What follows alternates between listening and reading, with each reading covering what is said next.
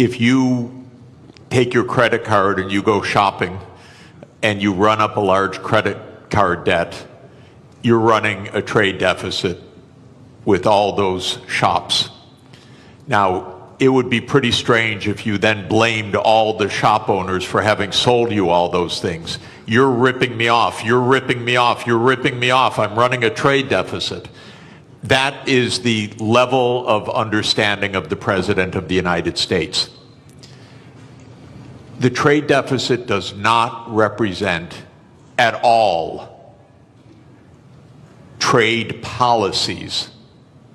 It represents spending relative to production or earnings. We call that an identity. I teach it in the second day of my course in international monetary economics. Trump never made it to the second day. So he says, you're running a trade deficit. Look, they're all cheating me. But all that's happening is the United States is outspending its national income. And you can look at the national income chart. You can add up consumption and investment and government spending, and you could subtract off gross national product, and lo and behold, what will that equal? Not approximately, exactly.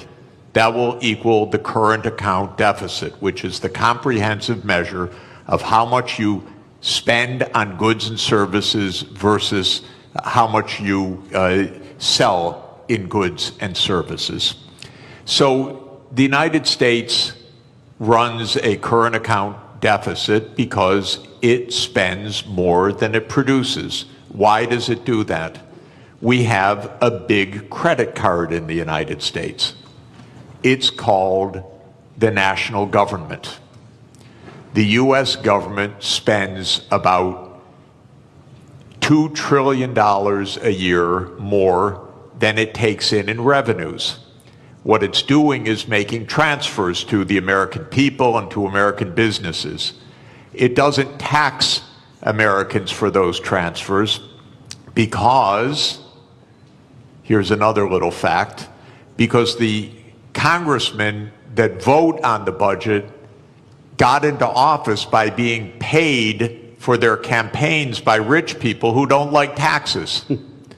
So the political system says spend, but don't tax us.